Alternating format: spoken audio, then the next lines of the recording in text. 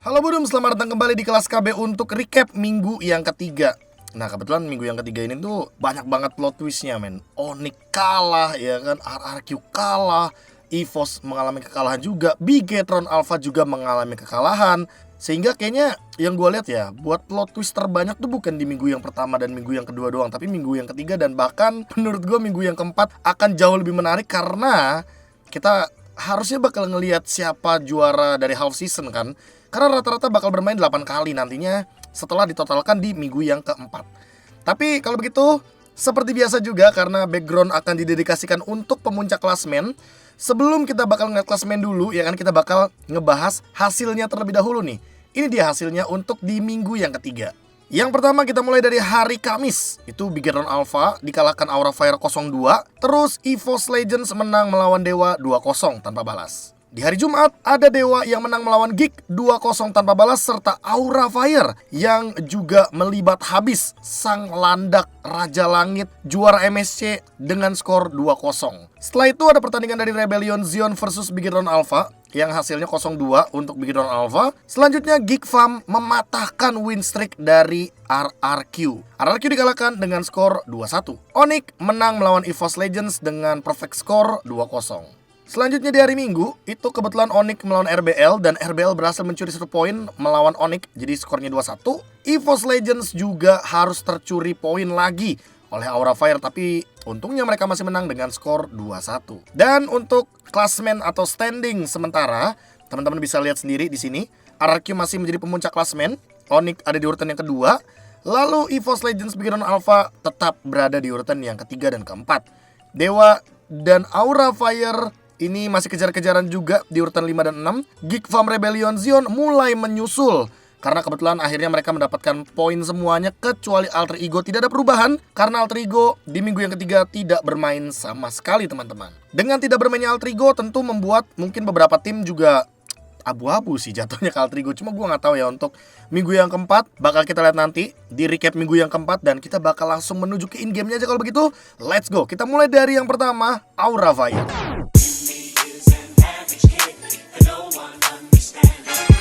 Kebetulan buat Aura Fire nih, ini fokus gua bakal menuju ke Aran. Iya, mungkin semua streamer, semua content creator itu bener-bener kayak memperlihatkan lah bagaimana Aran dengan buying time-nya, pembuangan waktu dia, waste of time-nya dia ketika Bigetron Alpha ini bener-bener berada dalam game yang intens, teman-teman. Jadi gini, gua mau ngegambarin atau ngedeskripsiin keadaannya ya teman-teman ya. Bigetron Alpha minim sekali damage-nya untuk menumbangkan XP laner kayak Aran. Kenapa? Karena mereka hanya mengandalkan One dan juga Faramis sebagai damage dealer. Sisanya kayak ya Grok, Roamer lagi. Ini kondisinya Grok Roamer ya teman-teman ya, bukan Grok XP. Uranusnya XP. Terus kebetulan ada Fredrin yang dimana secara damage juga pasti bakal minim sekali. Dan di sini Aran yang dia lakukan adalah dia mencoba untuk menarik sebanyak mungkin pemain dari Bigetron Alpha untuk join ke arah dia, ya kan? Dan lihat, dia motong 3 lane sesuka hati dengan tujuan biar teman-teman dari Bigetron Alpha tuh join tim fight-nya ke arah dia. Dan ini ngebuang banyak banget source atau sumber daya skill dari Bigetron Alpha. Yang pertama nih ya, kita catat ada Ki dengan Flicker. Oh itu udah kebuang tuh, ya kan? Terus dia ngedorong mid lane. Dia ngelihat di belakangnya harusnya ada Super Saiyan dan juga Super Fin. Gak berhenti tuh dia tuh sampai situ. Nah, dia coba tarik-tarikin nih minion-minionnya. Dan dia bahkan muterin base-nya. Lihat, dia nerima damage sebanyak itu. Ngedodge ultimate wall charge. Main-mainin jab. Dan cooldown pack itu kan emang cepet banget. Jadi emang dia manfaatin banget. 3 pemain ketarik semuanya plus 1 flicker. Dan bahkan gak mati Arannya. Lihat, dilepasin, Sorizo gak bisa ngejar. Wave minion muncul. Dan dia dapetin lifesteal dari minion setelah itu. Gila, ini permainan yang sebenarnya bener-bener mungkin baru kita lihatnya. Fresh lah kita lihatnya. Karena kebetulan dia tuh bener-bener langsung nge-cut 3 lane. Tapi pas ada minion, nah ini dia yang menurut gue agak-agak sedikit berbeda dari dari Aran. Kalau misalkan kita ngelihat pas di sini nih, pas dia ngelihat ada minion muncul. Coba deh teman-teman kalau di posisi Aran kayak gini, apa yang bakal teman-teman lakuin? Kalau dari perspektif gua, nah gua karena gua mungkin bukan XP lane, jadi mungkin sorry banget kalau misalkan decision gue ini polos ya teman-teman ya. Gue mungkin bakal nge-clear ini 2 dulu aja, terus gue ke atas, nge-clear di atas. Karena apa? Karena kebetulan Lord teman-teman gue di bawah. Kontes team fight-nya pasti bakal di bawah nih ramenya. Jadi setelah nge-clear 2 wave ini ya kan, 1, 2, langsung gerak ke atas. Itu decision gue. Tapi Aran tidak bisa diprediksi movementnya. Dia tiba-tiba jalan ke atas, ngambil beberapa pasif stack-nya Pakito, lalu jalan muterin tower. Dan itu yang kayak boom. Wah men, ini player sih pemikirannya bener-bener gak bisa ditebak gitu loh. Bahkan casual player yang biasanya mungkin mikirnya oh ini clear wave bagus nih ya kan, apalagi dalam keadaan mereka punya 3 super wave minion. Ternyata enggak, dia cuma mau narik hero-nya. Jadi gameplay yang kayak Aran gini nih emang bener-bener baru. Makanya gue bilang kayak fresh from the oven. Keren lah Aran dengan permainan buying time-nya dia, dan berhasil untuk ngeprovoke banyak banget team fight skenario Bigetron Alpha biar fun-nya bebas dapetin retribution. Dan itu lihat, ini permainan Aran yang baru muncul dari MDL, menggetarkan panggung MPL. Dan gue sukanya dari Aran bukan cuma dari gameplaynya, tapi dari mentalitasnya dia. Dia percaya diri di panggung MPL, dan menurut gue poin percaya diri ini mahal banget teman-teman. Makanya siapapun yang bakalan naik dari MDL ke MPL, gue sangat-sangat berharap kalian percaya diri. Jangan demam panggung ya kan. Ya mungkin demam panggung gak apa-apa lah game pertama, tapi jangan kendor lah. Karena MPL ini sebenarnya selama kalian enjoy, kalian bakal dapetin vibes sih.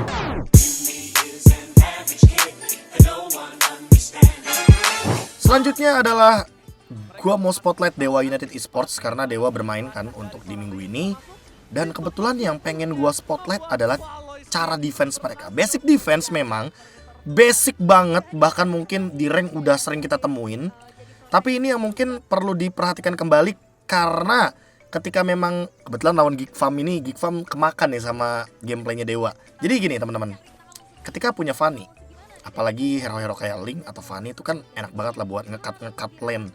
Dan kebetulan dimaksimalkan sama Ray dari Dewa United Esports untuk mendorong lane atasnya. Jadi mereka udah nggak perlu lagi nih pusing-pusing mikirin kalau atas bakal kepush sama Geek Farm. Dewa tinggal fokus gimana caranya untuk clear mid dan juga clear yang bawah gitu loh. Tapi kalau kita tarik mundur lagi teman-teman lihat di mid ada Dixon sama Case. Dixon sama Case ini juga ngelakuin clear wave minion di mid. Tujuannya jelas, biar nantinya minion dari Geek Farm itu nggak bakal jalan 3 lane. Dan ini contohnya kan, minionnya bakal muncul beberapa detik lagi dan bakal hancur gara-gara tower di mid. Karena top lane didorong dan mid di clear, otomatis Geek Farm gak akan bisa ngelakuin endgame. Karena memang basic defense yang dijalankan Dewa, walaupun konotasinya basic ya, tapi benar-benar terjalankan dengan maksimal. Makanya di sini Dewa berhasil buat ngedefense. Hanya karena satu lane aja yang kedorong, udah jelas lah, apalagi di level MPL, ya Dewa pasti bakal bisa ngelakuin defense. Kecuali emang Geek Farm-nya unggulnya 12.000, 10.000, terus nabrak gitu kan. Mainnya dari top lane nabrak, fight 4-5 atau 3-5, itu aja udah untung banget sebenarnya. Tapi karena basic defense-nya berjalan dari Dewa, top lane di clear karena ada hero kayak Fanny, mid lane-nya juga di clear sama Dixon dan juga Case, ya udah, bawah tinggal di-clearkan saja dengan mudah ya kan jatuhnya. Karena dengan ngelakuin push satu lane, bagi Geek Farm di posisi kayak gini, kalau mereka maksa, apalagi komposisi untuk hero late game-nya ada Yves, terus juga ada Cloud. Wah, gue bisa kebayang sih kalau Geek Farm pasti bakal comeback kalau seandainya mereka maksain untuk ngelakuin 5-man push di bawah. Ya walaupun in the end of the game emang gamenya dimenangkan sama teman-teman dari Dewa karena satu momen, tapi basic defense yang dilakukan Dewa setidaknya mungkin bisa kalian tiru atau implementasikan di rank games.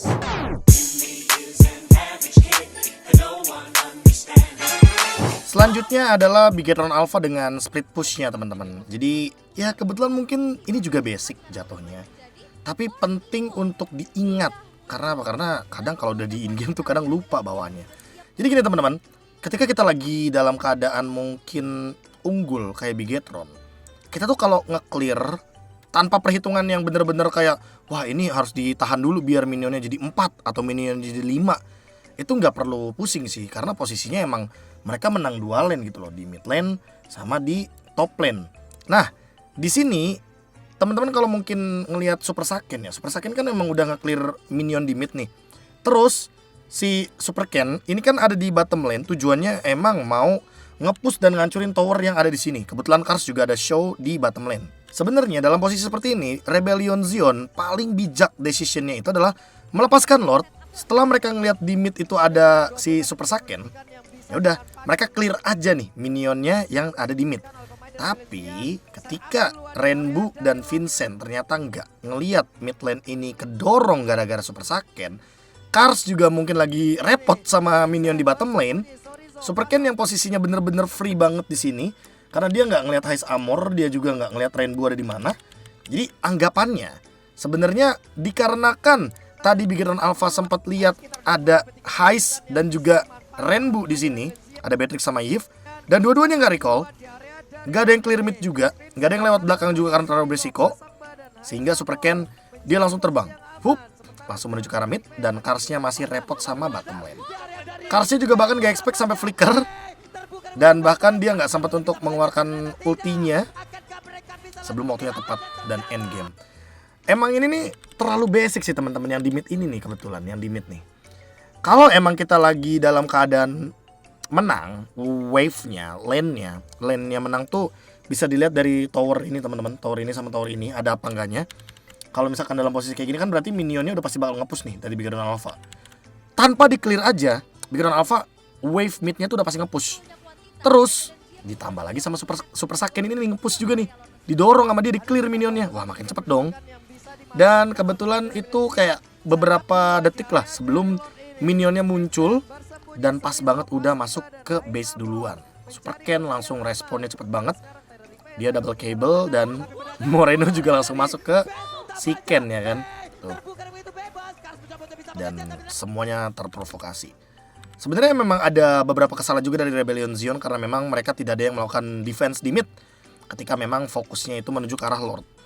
Ya mau bagaimanapun memang Rebellion Zion secara teamfight di Lord memang kuat. Makanya Bigetron Alpha pinter banget sih buat manfaatin tim yang mereka tahu nih lawannya tim yang kuat di Lord. Ya udah ngapain kontes Lordnya, mending ngelakuin split push contohnya kayak gini dan berhasil kebetulan.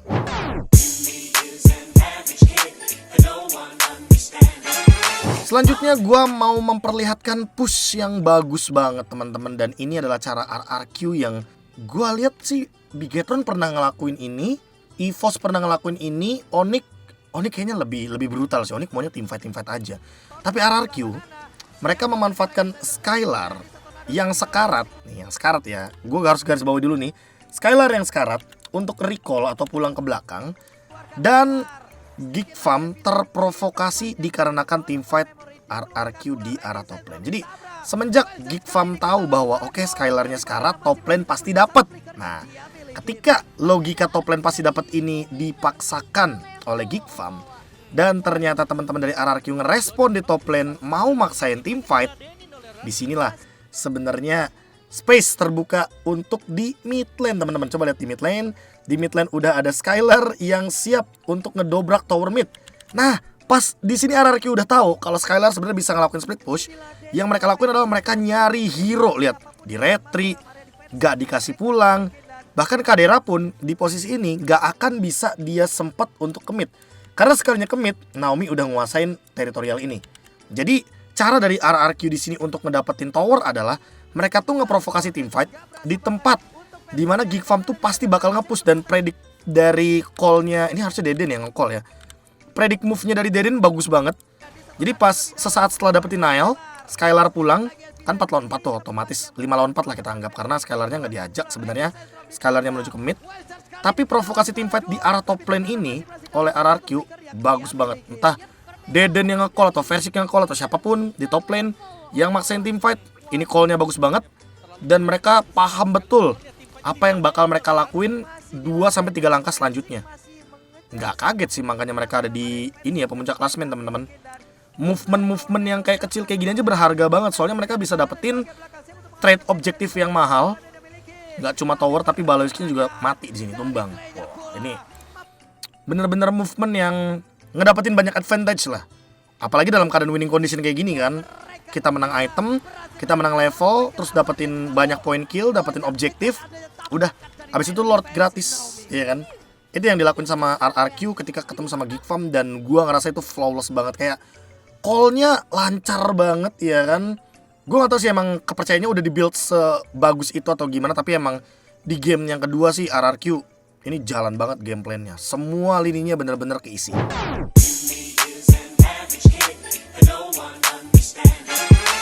Selanjutnya adalah Geek Farm yang, wah ini sih Geek Farm jatuhnya team fight yang manis ya gue kali ya kasih judulnya. Karena mereka bener-bener mecahin win streaknya RRQ yang pertama. Walaupun dengan mistake yang dibuat sama Baloyski, tapi sebenarnya ini udah ngebuat satu informasi yang mahal teman-teman. Kalau misalkan bahasanya tuh macro play-nya tuh dijalankan. Karena gini, Clay ini kan pakai ultimate-nya Kadita, kita anggap dia cooldown 30 detik lah. Jadi kayak ini tuh udah motong 30 detik biar Geek Farm tuh bisa ngebuka map dan juga dapetin informasi banyak dari RRQ. Itu yang pertama. Yang kedua, tarik ulur Lordnya sih. Tarik ulur Lordnya yang menurut gue ini juga apa ya, ngebuying time banget buat RRQ dan Naomi. Di sini tertangkap teman-teman. Jadi di posisi kayak gini Naomi tertangkap, dan kebetulan posisi dari Geek Farm ini solid banget, mereka berempat di satu titik yang sama. Dan Naomi ketangkep, jadi team fightnya 4 lawan 4. Terus karena Clay tadi 30 detik udah selesai buying time-nya, dia dapetin posisi yang bagus dan punya ultimate lagi. Tapi sayangnya ultimate-nya ke Fredrin, dan dia nggak punya Thalassophobia, nggak punya pasif. Aboy nangkep Skylar, dan itu menurut gue yang paling mahal sih untuk di team fight ini, team fight besar ini. Karena pas Aboy ngelihat ada Natalia, dia nggak langsung all in ke Natalianya, dia nggak langsung all in ke Naomi. Dia di sini cuma kayak ya udah, cuma kayak nyantai aja, nggak pakai ultimate si Martis ini, Faramis lagi kan. Si Martis ini dia nggak pakai decimate. Ini team fight tarik ulurnya oke banget lah dari Geek Farm. Tapi gini teman-teman, kalau misalkan dilihat dari sisi lainnya, memang yang ingin dicari sama RRQ adalah dengan posisi 5 lawan 4, mereka mau dapetin objektif Lord dulu nih. Mereka butuh Lord untuk nge-push. Tapi di satu sisi lainnya, ketika teman-teman lihat ada wave minion di mid, dan di sini juga ada 3 minion yang akan berjalan lagi di mid. Bottom lane oke lah, bottom lane let's say di clear. Tapi Naomi sebenarnya dapetin posisi nge-backstep ke belakang. Dan dia bisa aja sebenarnya di posisi, karena mapnya kan kita terang kan. Beda perspektif sama Naomi-nya, beda perspektif sama Clay, beda perspektif sama Banana, Skylar, Versik yang lagi bermain di in-game. Mungkin teman-teman berpikiran di posisi kayak gini, bisa aja sebenarnya Naomi ke mid dan nge-clear minionnya sebelum nanti di titik 11 dan endgame. Tapi dikarenakan Geek Farm nge-provoke team fight di sini dan Banananya dalam ancaman, otomatis teman-teman dari RRQ nge-backup dong, ya kan? Nah, tapi pas nge-backup, boom, langsung Naomi tertangkap. Clay dapat posisi emang, Clay mecahin immortalnya Luke.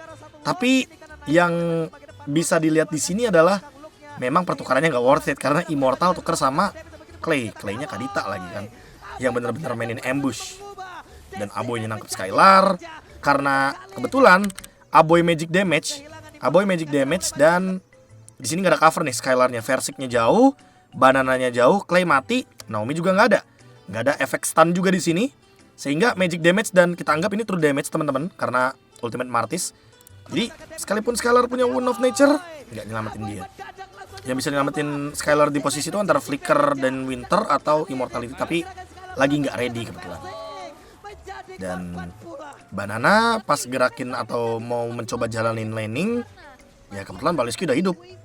Jadi team fightnya malah jadi 5 lawan 1 dan langsung di straight push sama Geek Farm.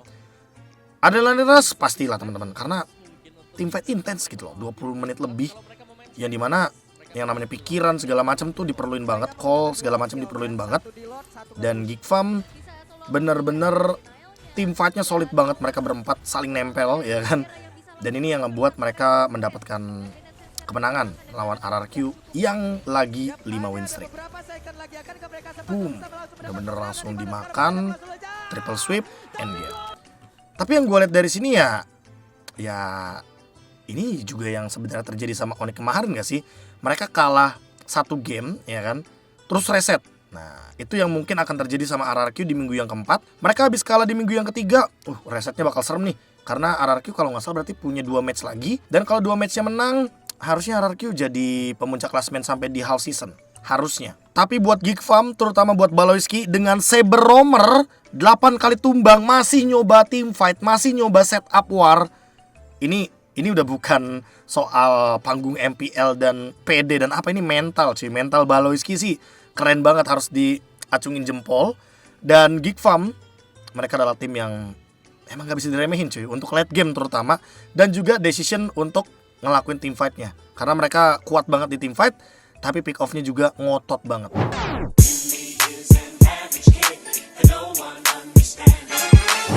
Mungkin beberapa dari kalian bakal berpikir kalau gue ngobrolin EVOS itu mungkin bakal ngobrolin soal match sama Aura ya, tapi enggak. Gue malah notice satu hal yang ini mungkin penting banget teman-teman buat rank games. Nah, gue harus garis bawahi dulu rank games, karena apa? Karena di posisi MPL aja ini sempat terjadi nih, yang sering terjadi di rank games juga. Jadi posisinya EVOS unggul lawan Onyx 2000 gold, 5 kill unggulnya juga. Kebetulan di sini ada team fight yang mau dilakukan sama kedua belah pihak. Dan korban pertamanya adalah kebetulan Susujin yang kena Divine Judgment. Terus kebuka ultimate-nya, tumbang Susujin di sini. Nah, di posisi ini Onyx sebenarnya udah unggul banget dari segi team fight. Mereka lagi berlima dan EVOS Legends mereka berempat. Otomatis EVOS Legends karena udah tahu nih, udah banyak banget keluar skill dari Onyx, mereka akhirnya maksain team fight. Tapi kebetulan maksain team fight-nya menurut gua di tempat yang sangat-sangat beresiko tinggi untuk kemakan sama gameplaynya Onyx. Dan lihat Keyboy langsung dapetin 2 Tyrant Rage. Blazing Duet dilakuin, tapi lihat nggak ada yang tumbang, Brands-nya malah yang mati. Dan alhasil wipe out. Di sini yang gua lihat pas banget, bener-bener abis Susujin tumbang. Sebenarnya EVOS Legends masih bisa mundur, jalanin laning atau ngelakuin defense dan ngebiarin Onyx ini Lordnya pun ya udah jadi Lord giveaway. Paling Onyx unggul 1000-2000, tapi mereka nggak dapetin snowball yang gede-gede banget. Karena kalau nanti tim fightnya ada Susujin, mungkin akan ada skenario yang berbeda. Tapi pas Fanstrongnya masih show di sini, dan nggak cuma Fanstrong sih, Krite, Fluffy semuanya show di sini. Keyboy ngecharge, pas banget kena dua-duanya, dimakan lah sudah. Wipe out jatuh. Dan emang sih gue gak tahu ya kenapa ya, kalau misalkan emang terutama pemegang retributionnya tumbang, ada beberapa opsi yang bagus. Yang pertama adalah yang mungkin pengen dilakuin sama EVOS, pas Susujin tumbang, Fanstrong tarik 1 ya kan, terus nanti siapapun yang ketarik dimakan dari Onyx. Terus seenggaknya ada 1 trade lagi, jadi trade-nya kayak 1 tukar 1, tapi Susujinnya bakal hidup dan nanti Lordnya didapetin sama Onyx. Tapi seenggaknya EVOS tuh tetap ngebawain 1 point kill. Mungkin itu trade yang mau dicari, tapi nggak dapat, dan Fanstrong juga nggak nangkap siapa-siapa. Jadi alhasil jatuhnya rugi di sini. Karena berasnya juga tumbang juga sih sini. Kalau berasnya nggak tumbang, di belakang juga masih ada Sun sama Kairi. Jadi kayak nggak ada escape way dari EVOS Legends, dan memaksakan team fight itu kayak go big or go home. Terus juga kayak high risk high reward, tapi high risknya didapatkan oleh EVOS Legends. Kalau misalkan itu posisinya EVOS Legends dapat 1 mungkin masih fair lah. Onyx juga tumbang 1, terus mungkin mereka jadi nggak bisa end game, nggak bisa nge-push maksudnya, nggak bisa dobrak tower. Tapi ya ini decision yang kecil sebenarnya, memang terlihat kayak gini doang ya. Tapi men, penting banget kalau di teamfight skenario MPL, karena lu lihat aja snowballnya dari 2000, Onyx unggul hampir 1000 plus wipe out lagi, dapat Lord lagi. Keuntungannya banyak banget. Dan bisa ada kesimpulan juga kalau misalkan emang jungler kita tumbang, mundur dulu. Sabar ya kan.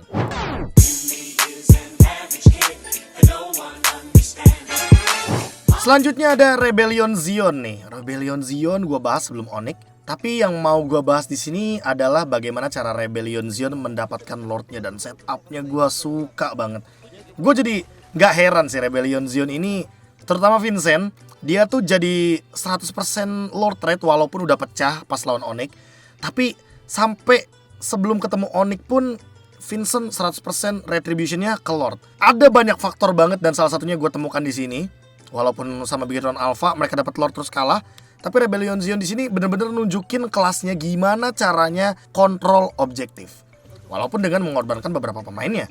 Yang pertama, fokus mata ke Renbu, teman-teman. Renbu ini kayak jadi sosok yang bener-bener berkorban ketimbang Auditizi, karena emang kebetulan Auditizi juga kan secara ultimate mahal. Ada 2 decision yang bisa dilakuin sama Rebellion Zion. Yang pertama, Auditizi, ya kan, nih yang punya flicker, narik ke arah Kairi flicker ulti, Divine Judgment, Retribution dari Vincent on point. Udah pasti. Karena apa? Karena ketika kita terkena Divine Judgment, kita nggak bisa menggunakan Retribution. Jangankan Divine Judgment, kita keangkat sama Lord aja nggak bisa Retribution. Kita kena stun evac dikit aja nggak bisa Retribution. Sehingga hal tersebut yang dicari sama Rebellion Zion. Gak cuma Auditizi yang bisa mengancam, tapi Renbu kebetulan dia ngambil ultimate-nya Alpha. Dan di posisi ini karena pas 10.000 darah dari Lord dan Sans buka ultimate, lihat yang dilakukan Renbu, dia ngedorong jauh Kairinya, ngorbanin nyawa dia, dan Lord didapetin sama Rebellion Zion. Sans ditukar, mid lane tukar mid lane, terus team fight berlanjut, Keyboy juga tumbang. Dan lihat 4 versus 3, jadi pertukarannya 1 tukar 2. Renbu yang ditukar sama Sans dan Keyboy, yang sebenarnya kalau misalkan dilihat dari sudut pandang lain, ketika Renbu punya Winter, bayangin teman-teman, bayangin berapa lama waktu yang bener-bener di waste sama Renbu di sini. Ya, dan Vincent dapat Lord. Ini kalau diterapin di rank games ya teman-teman ya, jatuhnya kayak roamer sama mid laner tuh harus bener-bener satu otak, satu kepala. Dia tuh harus bener-bener nargetin ke arah junglernya, pemegang retributionnya. Kenapa? Ya biar nggak ada retribution yang bisa digunakan. Dan kebetulan di sini Rebellion Zion menunjukkan contohnya. Jadi mungkin setelah ini teman-teman kalau mau kontes retribution, pukulin aja junglernya, gebugin junglernya, usir sejauh mungkin, biar nanti apa, biar yang pegang retribution itu cuma dari tim kita aja. Kayak gitu teman-teman.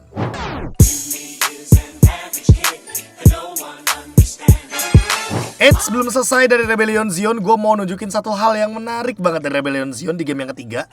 Jadi Kars ini kan pakai grok ya teman-teman ya, dan dia mainin wave minion buat bukain map bush. Dan menurut gue ini sangat-sangat penting. Kenapa bisa begitu? Karena ya kalian tau lah rumput yang kayak gini nih, yang ada di map sini, di map sini, di map sini, ya kan, itu kan gak kena magic sentry teman-teman.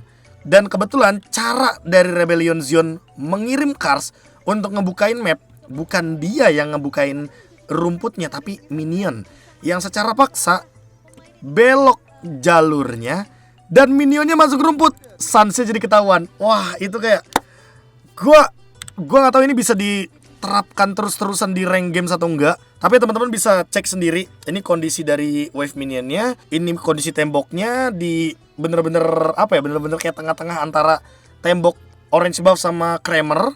Terus minionnya malah ke atas dan Sans dia mundur. Dia ketahuan dong otomatis di sini. Karena langsung kedetek sama minion, dan minion pasti bakal langsung mukulin Sans. Jadi kayak wah, ada cara lagi nih. Tapi masalahnya, poin minusnya, kayak cuma bisa grok deh untuk ngelakuin hal kayak gini. Jadi ya, paling mungkin grok XP lane kalau nanti tiba-tiba rame, teman-teman harusnya tahu alasannya. Gak cuma damage-nya sakit, gak cuma armornya gede, gak cuma dia bisa memberikan elemen of surprise, tapi juga bisa bukain map RSG. Kenapa gue bilang map RSG? Karena yang dulu ngeramein tuh RSG tuh di map itu. Sama Geek Farm sih kalau di Indonesia ya. Selanjutnya dari Onyx teman-teman, masih di game yang sama, game yang ketiga, tapi ini lebih detail dan lebih spesifik untuk memperlihatkan bagaimana kinerja atau targeting dari teman-teman Onyx ketika ya roamer XP-nya ini si Boots sama Keyboy bener-bener harus targeting ke arah Heist Armor yang pakai Beatrix. Kebetulan Lord dikendalikan sama Rebellion Zion, ditarik ulur karena emang ya Fredrin power banget buat tarik ulur Lord kayak gini. Nah, Boots itu udah tahu nih Haze itu show di bawah, dan tiba-tiba mereka tuh bener-bener kayak nyari informasi sebanyak mungkin. Mana nih pemain Rebellion Zion. Dicari, Lordnya ditahan. Pas Haze Armornya kelihatan sama Boots, lihat apa yang dilakuin sama Boots, dia langsung flicker dan Keyboy langsung eksekusi. Serta lihat yang dilakuin sama cewek teman-teman. Cewek di sini bener-bener nempelin si Renbu-nya. Biar apa? Biar team fight-nya kebagi jadi 2. Nah, tuh dikasih slow. Team fight di sini ada, team fight di sini juga ada. Dan karena Faramis yang harusnya grouping, harusnya nempel, harusnya berlima mainnya, jadi kepisah. Dikarenakan pemisahan teamfight secara paksa inilah yang membuat teman-teman dari Onyx, wah mereka strong banget sih teamfightnya. Dan wah Ice Armor aja tuh bener-bener kayak dipaksa flicker, masih dikejar sama Keyboy sampai flicker Fataling selesai. Ini gue ngerasa emang kalau di rank games ya, emang pemicu atau info no flicker Beatrix NF, MMNF ya kan, itu penting adanya ya. Ini salah satu jawabannya kenapa begitu penting, karena emang ketika nggak ada flicker, ganyang aja udah dihajar aja semuanya. Dan itulah yang menjadi penutup untuk di video kali ini. Karena kenapa nggak ada Alter Ego kan nggak main di minggu yang ketiga teman-teman. Dan nggak cuma tadi yang jadi penutup, tapi masih ada jadwal yang bakal gue tunjukkan teman-teman. Catat jadwalnya sekarang juga. Nih yang gue lihat-lihat bakal menentukan banget untuk nasib dari top 2, itu yang pertama. Dan yang kedua adalah kalau teman-teman sadar dari result yang pertama dulu nih, dari result EVOS Legends Onyx yang cuma berbeda satu match. Ini ada chance EVOS bisa naik ke urutan yang kedua kalau memang Onyxnya dikalahkan sama Bigetron di hari Jumat. Makanya yang gue lihat nih ya, match hari Jumat ini nentuin untuk top 2-nya siapa. Kalau EVOS yang menang lawan BTR, EVOS yang menang lawan RBL, mungkin bisa RRQ EVOS yang ada di top 2. Tapi kalau misalkan ada cerita yang berbeda, Onyx menang lawan BTR, wah Onyx berarti masih ada di top 2 teman-teman. RRQ lawan AE, RRQ lawan Dewa, Alter Ego.